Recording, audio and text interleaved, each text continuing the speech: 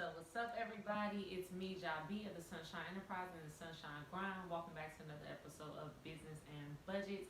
Today, we are going to be talking about TURO. So, I've been a TURO host for 4 months so far, and I'm going to tell you guys all about that experience and what you need to do to become a TURO host, too.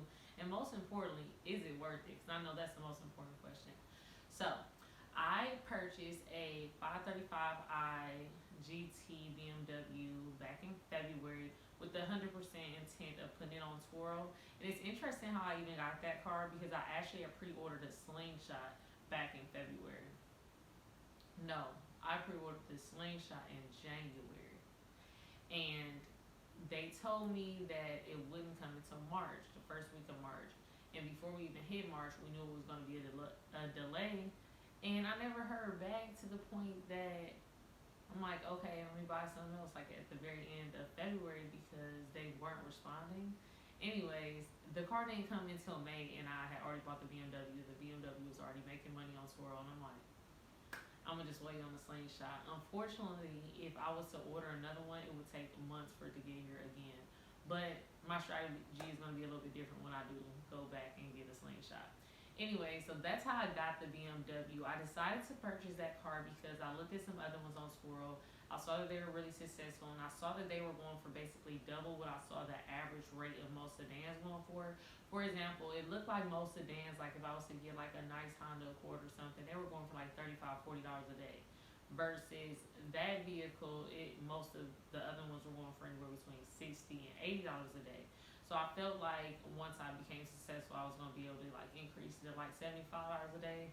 Right now it's averaging at like 61 to 65, but it stays booked at about 10 to 15 days a month. So that's working out right now. So what that breaks down to after I pay for insurance is about $650 a month in the 4 months that I've been on TURO. So not bad. Like if I was to have a car note on that car and be paying insurance, it would be completely paying for itself. So yeah, so that's how I got into the game. That's what kind of car I have, and that's how much money I've made thus far. So now I want to talk to you guys about host requirements, vehicle requirements, what the insurance structure is like, what are you agreeing to. We'll talk about trip preferences and how to increase your bookings, okay? But just a little bit about how to increase your bookings because I'm going to come back with another video about that. Alright, so first, what do you need to be a host? So you have to be at least 21. These rules are for the US. I know that Canada and the UK have a little bit different rules, so these are US rules. You have to be at least 21. You have to have a valid driver's license. You have to have verification, your phone number, your email, and a picture to confirm that you are who you say you are. And that's it for the host requirements. Now, for the vehicle requirements, the vehicle has a little bit more requirements. It has to be at least 12 years or younger. You know, the car can't be older than 12 years old. The car has to have less than 130,000 miles on it. It needs to be in good condition as far as maintenance goes, and it also has to have a clean title. So those are the rules for a car. And a new rule that wasn't a rule when I first applied, but it's now a rule, you have to get a yearly inspection done on the car. So I recently got one done when I purchased the car, but just know that that's a rule too, and you'll have to upload that. And so now that we know what you need to be a host and what your vehicle requirements are, let's talk about listing your vehicle. So the first thing that you need to do when you list your vehicle is take pictures, really good pictures. You want to show your vehicle in the best light so that people will be interested in booking your vehicle. So that means putting it like in an empty parking lot, in the middle of a cul-de-sac, somewhere where there's a simple background, a clean background, and your vehicle can be the highlight and the spotlight of the picture. Get pictures of the interior, get pictures of any cool features, and make sure to also write that up really well in your description. The next thing you want to do is create some guidelines for your car. So it's very important that you tell people what the rules are when it comes to your vehicle, whether they're smoking or not, whether there is limitations on eating or drinking in your vehicle, whether there are age restrictions on the person who can host your vehicle, that can drive your vehicle. That's actually in a different section, but didn't want to forget to mention that. Just things like that. How do you want your vehicle to be treated? What kind of gas your car takes, etc. So that's what's important right there. So when it comes to writing your description, what I would recommend is finding a vehicle similar to yours by a top-rated host, copy-pasting it, editing it to fit your exact vehicle, your exact features, and boom, bow, bang. Yeah. I said steal somebody else's description. You got good pictures, you got a good description. So next you want to set up your preferences. So there are a couple things that you can set up. You can set up how a person is accepted. So you can either do an automatic accepting of a booking, or you can do it where someone has to give you at least a 3-hour advance and you can manually say yes or no to them. So the benefits and the cons of doing either of these ways. If you do the book instantly, this is going to increase the amount of bookings you have, particularly for people who want things like last minute, like, oh, I'm trying to book a car right now, So book instantly is going to approve those people, but here's where I've had to cancel someone before. I have book instantly on, right? I go look at the person, they got too many mugshots for me, okay? There's the truth. So I cancel them. And I end up getting charged a fee. The first time you cancel someone, you don't get charged a fee. The second time you do. So the first time I canceled someone, it was just a mistake because I had book instantly on, right? This wouldn't have happened if I didn't have book instantly on. So I was about to head off to Puerto Rico, and the guy was I was on my way to Jamaica. The guy was bringing my car back, and I said something about to leave. He's like, so where's the car going to be? I was like, in the garage. And he was like, well, let me keep it a couple extra days. So I'm like, cool. So I unlocked the days on my calendar. As soon as I did that, me and him are talking in my driveway. Someone else booked it. So I had to cancel hers to accept him, of course. And then, so that was my first cancellation. Then my second one is shot with the mug shots. So after that, I'm like, you know what? I'm going to turn instant booking off because I don't want to get penalized because I am picky about who gets my car. So that's the benefits and the cons of having book instantly. Either you can get more bookings or you can accidentally get the people you don't really want. And yeah. What's next? You can put trip buffers on, and that means how much time between trips. Like, do you need 3 hours between two clients? You need 6 hours. Your trip buffer is another setting you can set up during preferences. Delivery or pickup. So right now, because it's just me and I have the kids, I can only do pickup, but I would love to be able to do delivery. Like if I had another driver that could follow me to the delivery point, which would probably be like the airport, I would get so many more bookings. But I can't because I have like little kids. Like if I had big kids that didn't need car seats, it would be nothing because I could just go and I could like Uber home if that made sense, right? Financially, like if I charge them $100 because you can charge it to $100. Say I charge them $100 to do delivery and then my Uber is $50. At least I made $50 for that time. But I live so darn far from the airport, that don't even make sense. And then I got the whole car seat, and that's a lot, right? But if you have the means and ability to do delivery, I highly encourage you to set up that option too to make more money from the platform.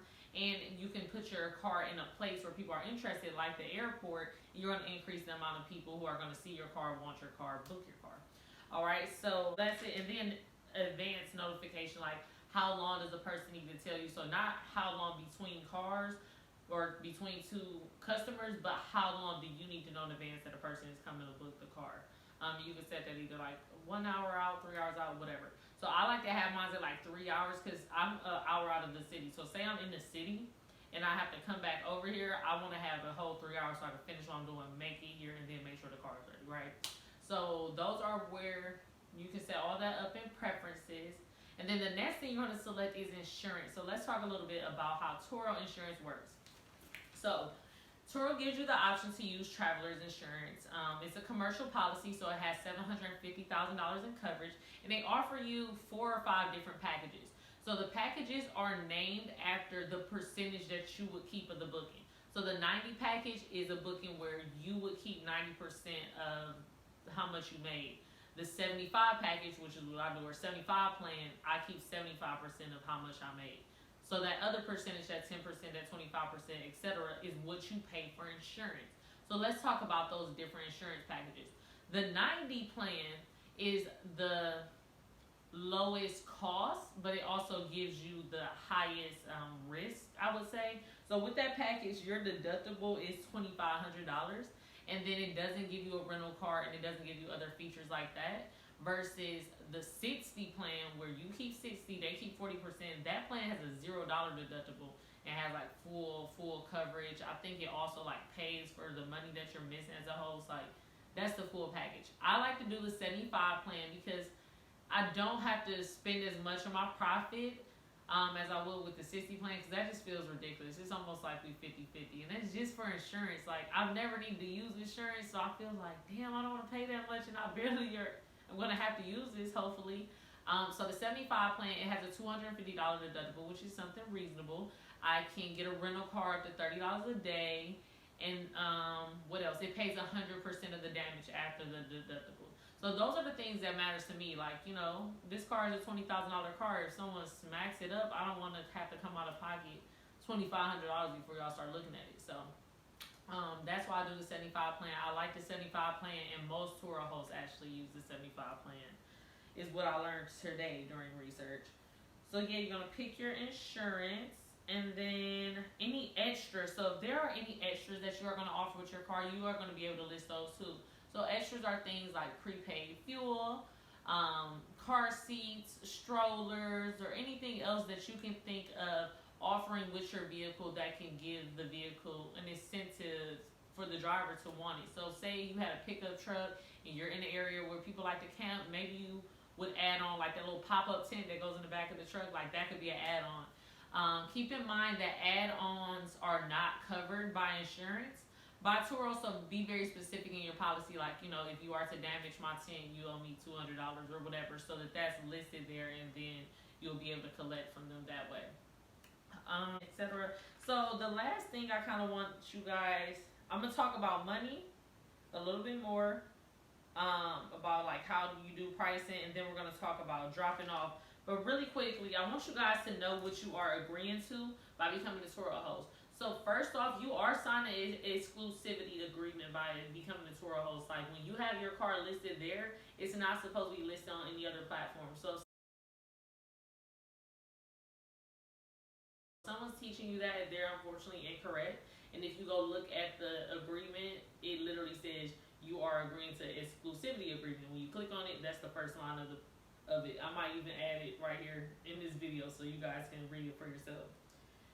The next thing you're agreeing to is that you're going to keep a clean car, a sanitized car, and a well-maintenance car. Like I said, they do now request that inspection report, and they want to make sure that you are taking care of this vehicle, that you are renting out, and that you are putting people in a safe car, because they don't want you having some car out here that's risky and it makes them look bad, you look bad, and it's going to cost the insurance some money, right? All right, and then the third thing that you are kind of agreeing to, because if you don't agree, it's going to cost you money, is that you are not going to cancel. So make sure that you keep your calendar accurate. If you need to take your car off for the weekend because you're going out of town with that car, make sure you set that up in your calendar as soon as possible, so that clients know when they don't book that, which would resolve, or which would end up being you have to then cancel, you have to pay $50, right? And I think that cancellation fee goes up if you cancel more than once. I may be wrong, but that's what I think. So yeah, those are the terms that you are agreeing to by becoming a TURO host. Next, let's talk money. Alright, so I know I get this a lot, and people are like, so how much money do you make? As I told you guys at the top of the video, I'm averaging like $650 a month. But I want you guys to really consider the vehicle you're getting, and I want you to do some research on that vehicle so that you'll understand how much you can get paid. So most cars, I would say on average, based on my research, are renting out for about $30 to $90 a day. Now there are some exclusive vehicles, there are some deluxe vehicles, Maserati trucks, slingshots, things like that are booking for $150, $180 a day, of course. But I would say the average vehicle is going for about $30 to $80. Okay, so TURO doesn't take any of that money. They actually put their fees on top. The only money you're paying out of that money is the insurance fee, so that doesn't come out of your pocket up front. That comes out when you get paid from them. They pay you, I want to say 2 days after. I'm going to confirm it for you guys right now. So I just got a drop off yesterday, and then I get an alert like, you know, you are getting a deposit of such and such. Transaction history, let's see. The next payout is July 13th, so that's today. So he dropped it off yesterday. The payout is going today, so it'll probably hit my account by tomorrow. So that's how that works. They pay pretty quickly after the drop off of the vehicle. And so some people ask me, like, how do you price it? So they do have a smart pricing tool, and I kind of use that as a guideline, but not as a rule. So when I first listed my car, they were trying to say like $45 a day. I'm like, heck no, I know I can get more than that. So I had it at 75 for 3 days and didn't get any bookings, and I dropped it to 55 and got my first booking, and then I steadily increased it. So now my average, like I said, is about 61 to 65. a day, but there are some features that I'm going to add to the vehicle so that I can get that rate closer to the 75 that I'm aiming for the car.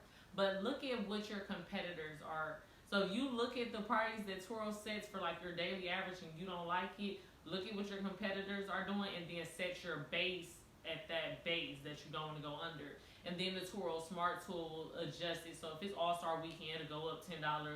If it's a weekend where nothing's going on, it'll stay at the base rate, but it won't ever go under that base rate. So just be sure that you are setting a base rate as something that you're comfortable with.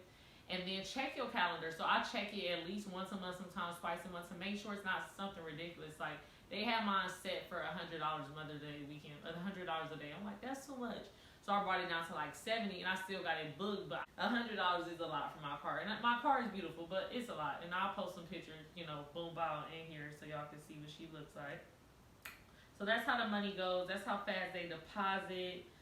If you are taking this serious, I highly encourage you guys to set up a business for Turo and have that money getting dropped into a business account, and then you will pay for your regular maintenance and gas and everything from that same account.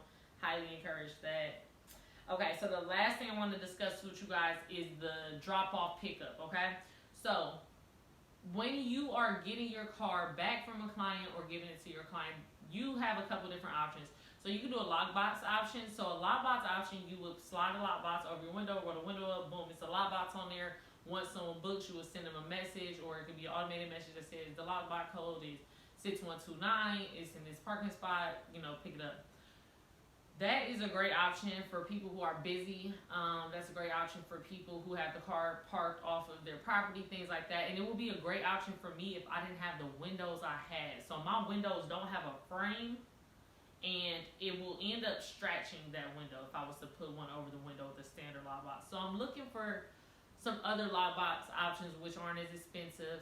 My backup option, whenever I'm not at home, I have a lockbox on my house, like on the mailbox, and the key be in there. So whenever I don't want to meet people, I do it like that. But usually I meet people because then I get to look at their license in person. I get to look them in the face, like, don't play with me and try to steal my car. And then I get to upload those pictures like kind of in real time. I usually do it before they get here, but yeah, so I have no problem meeting with people, but if you don't want to meet people, you don't have to. Get a lockbox and do it like that. Make sure you fill out your cleaning checklist and upload your pictures within 24 hours. And y'all, we'll have a part 2. I got like 3 or 4 parts of this that I want to do, but we're going to talk about why those pictures matter, why you need so many pictures, why you have to take them within 24 hours. Like, we'll get into that in another video. Drop me some comments on what y'all want to hear next about Turo, because I have a lot of different things that I want to cover with you guys, but I want to talk about what y'all want to hear about. So we'll talk about what happened when a guy smoked in my car. We'll talk about what happened when that guy was late with my car. We'll talk about what I do to keep my car clean. Yeah, just some Turo stuff. So stay tuned. Let me know if y'all like this kind of content. And I'll be dropping more content on other ways that I invest my money. Until next time, peace.